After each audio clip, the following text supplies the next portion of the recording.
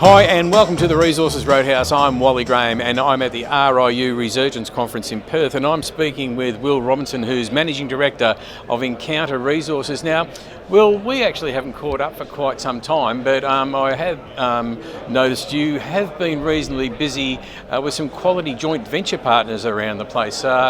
Could you just sort of run us through some of your joint ventures, who you're doing them with and what you're doing there? Yeah, well, look, we've got a partnership project generation model where we're partnering with major and mid-tier mining companies to amplify our exploration dollar. And we've got 4 joint ventures with Newcrest in the Tanami and West Arunta regions of Western Australia.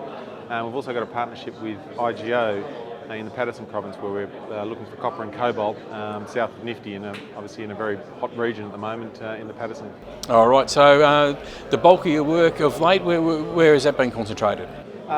In the Paterson, we took the opportunity last year when we started this relationship with IGO to step back and do some really fundamental scale geophysics and geochemistry. We did a 100 line kilometre magnetotelluric survey, and we also have been doing fine fraction soils right across the project, and that's generated a number of new targets that are going to get drilled in the coming months.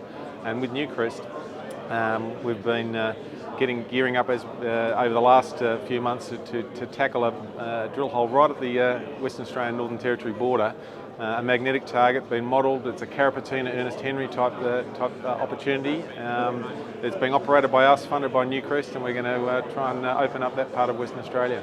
Now, just before we started the interview, you were intimating to me that it was one of the most ambitious holes you sort of suggested that had been drilled in Australia for quite some time. Yeah. Oh, look, there's not a lot of drilling out here at all.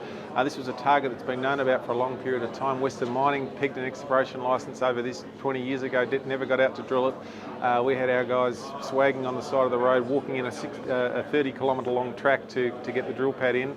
It's there, it's ready to go, and the rig should be rocking up in the next couple of weeks. So it just it begs the question, if it's been known about for such a long time by these companies, how come they haven't put the pin in it until now? Well, I think exploration and certainly greenfields exploration has been a bit out of favour in the last couple of decades, and I think now it's very much in vogue, and people who are trying to open up new regions, and we've actually secured over 1,300 square kilometres in the district, so that if we're successful, we own the whole belt together in joint venture with Newcrest.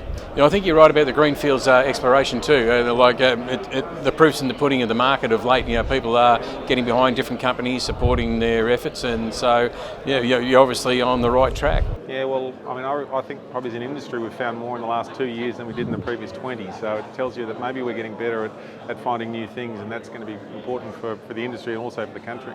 All right, well, here's hoping that with that drill bit spinning out there for you guys, that it also makes a nice big discovery, so we'll keep an eye out for that, Will. Until then, thanks for being part of the Resources Roadhouse. Thanks, Wally. Cheers.